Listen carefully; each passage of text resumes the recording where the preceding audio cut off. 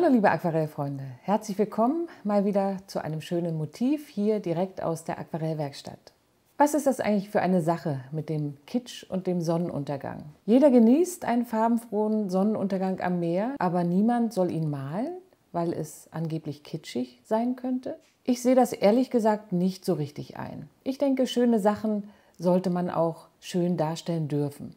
Zumal in unserem Fall, wenn wir den Sonnenuntergang im Aquarell malen wollen, es ja gar nicht so einfach ist, dieses Motiv wirklich handwerklich solide und adäquat umzusetzen. Man muss bei der Darstellung von solch verschiedenen Farben im Himmel tatsächlich höllisch aufpassen, damit man den richtigen Zeitpunkt, in der das Verschmelzen der Farben auf dem Papier möglich ist, erwischt. Und es ist eigentlich ein Motiv für schon weiter fortgeschrittene Aquarellmalerinnen. Also, ich denke, wir versuchen es einfach. Ich wünsche euch viel Spaß und keine Sorge, kitschig wird es ganz bestimmt nicht. Hier schauen wir einmal in mein Skizzenbuch mit dem Sonnenuntergang, den ich in Prero direkt am Strand gemalt habe. Die Herausforderung bei einem solchen Motiv liegt natürlich zum Beispiel in der Abmischung der kräftigen Farben und auch in der Verbindung zwischen dem leuchtenden Orange einerseits und dem kühlen blassen Blau im Himmel andererseits. Hier sehen wir noch einmal ein etwas nachbearbeitetes Foto, welches ich auch in Prero vor Ort gemacht habe. Wir sehen hier deutlich den Unterschied zwischen warmen Farben im Himmel und den kühleren Farben am Strand. Die wenigen Personen erscheinen im Gegenlicht fast schwarz. Nun soll es losgehen. Die Bildkomposition ist schlicht und einfach. Wir haben eine Horizontlinie im unteren Viertel des Querformats und die Sonne liegt ungefähr auf den Schnittpunkten der Drittelteilung des Blattes. Zunächst feuchte ich die Fläche des Himmels mit klarem Wasser an. Ich arbeite wieder auf reinem Büttenpapier von Arches 300 Gramm Graphit. Hier habe ich die Sicherheit, dass die lange Baumwollfaser die Feuchtigkeit ziemlich lange und gleichmäßig beibehalten wird, sodass ich für meine weichen Verläufe im Himmel genügend Zeit haben werde. Für die Sonne hebe ich einen kleinen runden Fleck aus der feuchten Fläche mit dem trockenen Küchentuch wieder heraus. Hier möchte ich später keine Farbe aufbringen, damit die Sonne als hellster Fleck weiß stehen bleibt. Die Feuchtigkeit benötigt jetzt ein wenig Zeit, um gut in das Papier einzuziehen. In dieser Zeit kann ich schon einmal meine Farben anmischen. Mit Jaune Brillant beginne ich jetzt um die Sonne herum die gelbe Farbe aufzutragen.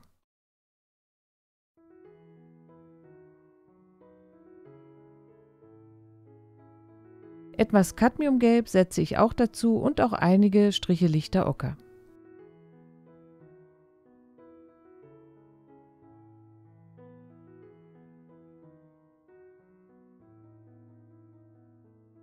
Ich möchte ganz verschiedene Gelbtöne in diese helle Fläche einbringen und sie am äußeren Rand jetzt mit Lasur-Orange intensivieren. Im Pinsel darf nicht zu viel Flüssigkeit sein, damit genügend Pigment auf dem nassen Papier ankommt.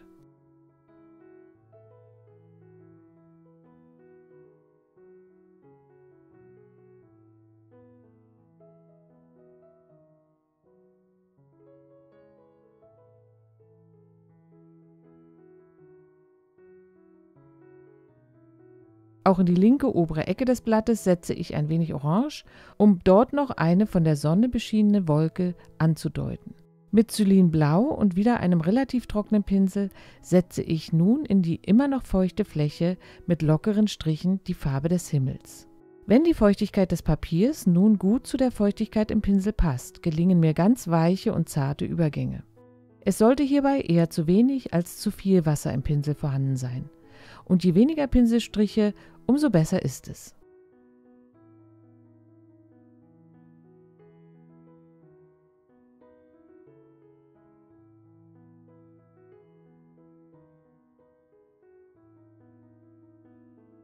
Mit einem angefeuchteten und wieder abgetrockneten Pinsel löse ich die harten Ränder hier an der Sonne etwas an, um einen diffusen und weichen Glanz in diese Fläche zu bekommen.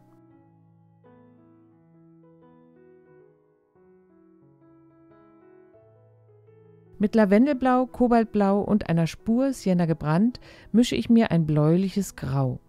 Wieder ist es wichtig, mit einem relativ trockenen Pinsel und viel Pigment darin in die noch feuchte Himmelsfläche hineinzuarbeiten. Wenn im Pinsel zu viel Wasser ist, wird es spätestens jetzt die gefürchteten Blumenkohlränder geben. Bei gutem Papier, trockenen Pinsel mit genügend Pigment kann man aber relativ lange noch Farbe in die feuchte Fläche einarbeiten.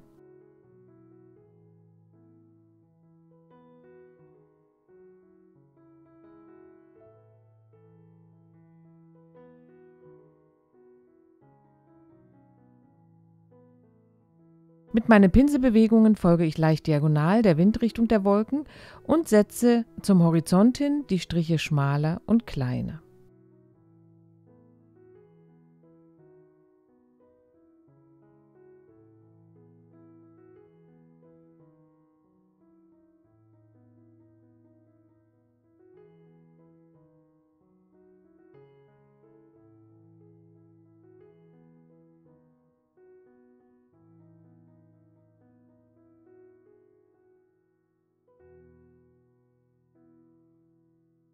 So, ich hoffe, bis hierhin seid ihr gut zurechtgekommen. Unser Bild muss jetzt ja einmal komplett durchtrocknen und ich nutze die Gelegenheit für eine kleine Ankündigung.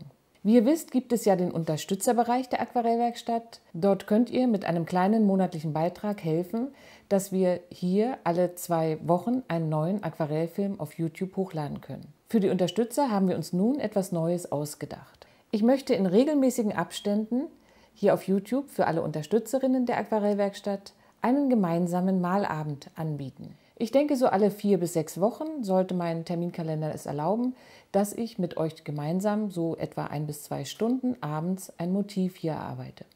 Das wird immer ein Motiv sein, welches hier auf YouTube ohnehin lief, zum Beispiel dieser Sonnenuntergang jetzt als aktuelles Motiv, und malen das Motiv gemeinsam. Ihr könnt dabei im Chat Fragen stellen und seht ganz ausführlich, wie ich Schritt für Schritt dieses Motiv male. Es ist also etwas anders und ausführlicher als der kurze Film, der alle 2 Wochen hier hochgeladen wird. Beginnen möchte ich am 21. September, das ist ein Dienstag, um 19 Uhr hier auf YouTube mit dem ersten Live-Mitmal-Event. Alle Unterstützerinnen sind herzlich eingeladen, mitzumalen. Ich werde hierfür dann eine E-Mail verschicken mit dem Link, mit dem man dann bei YouTube dabei sein kann. Dieser Film wird gespeichert und ist für alle Unterstützer dann auch immer verfügbar. An dem kostenlosen Angebot für alle ändert sich nichts. Wir versuchen, so wie immer, alle 2 Wochen ein neues Motiv hier auf YouTube für euch zu erarbeiten. Ihr seid herzlich eingeladen, es anzuschauen und natürlich auch mitzumalen. Jetzt geht's aber weiter mit unserem Sonnenuntergang. Viel Spaß noch dabei! So, der Himmel ist fertig. Nun mische ich mir die Farben für die Wasserfläche an. Hierfür verwende ich wieder Lavendelblau, etwas Perylane Green und auch ein wenig Kobaltblau. Ich beginne mit relativ trockenem Pinsel am Horizont.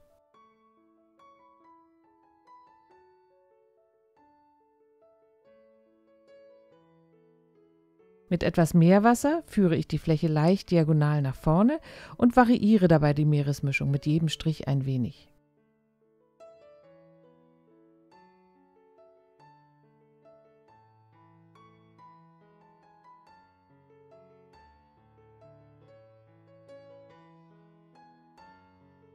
Hier vorne deute ich eine anrollende Welle an und setze auch ein wenig Lasurorange als Spiegelung des Wolkenhimmels in die auslaufende Wellenform.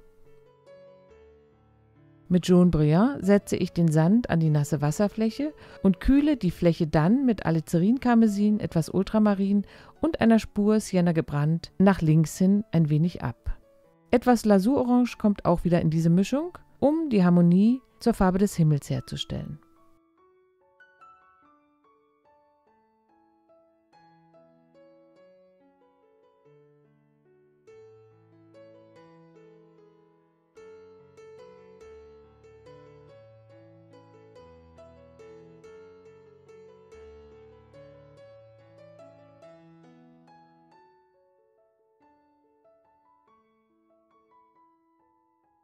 Ein paar kleine Pinselspuren deuten hier Steinchen oder Algen auf dem Sand an und auch einige Wellenschatten male ich gleich noch mit dieser Pinselladung.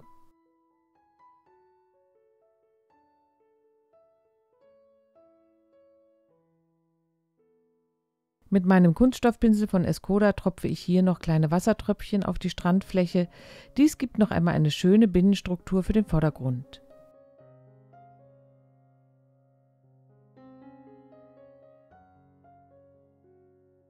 Bevor ich jetzt weitermale, muss das Blatt einmal komplett durchtrocknen. Hier sehen wir noch einmal auf unserem Referenzfoto, wie die Uferkante einmal über den gesamten Horizont läuft. Ich mische mir Lavendelblau, Perylane Green und ein wenig Neutraltinte für ein dunkles, gräuliches Grün und male damit die entfernte Waldkette.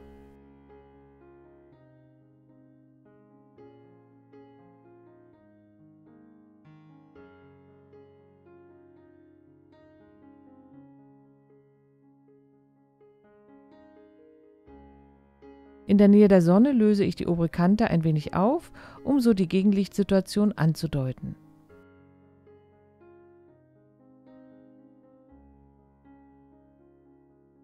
Mit Neutraltinte und Sienna gebrannt male ich jetzt noch die Seebrücke. Hier deute ich mit wenigen Strichen die schmale dunkle Form nur an.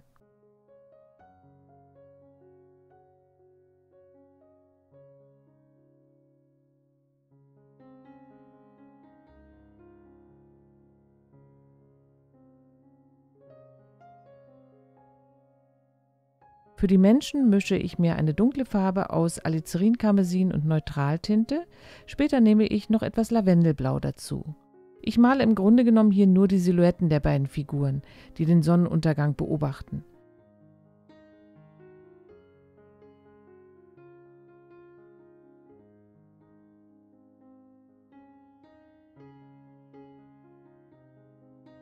Eine dritte Figur steht halb im Wasser und auch hier deute ich mit einer dunklen Farbe die Silhouette nur an.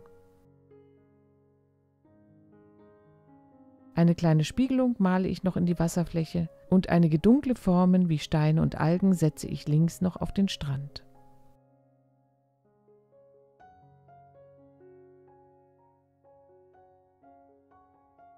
Ein Strandbild ohne Möwen geht natürlich nicht und deshalb male ich jetzt hier auch noch einige kleine Formen in den Himmel hinein.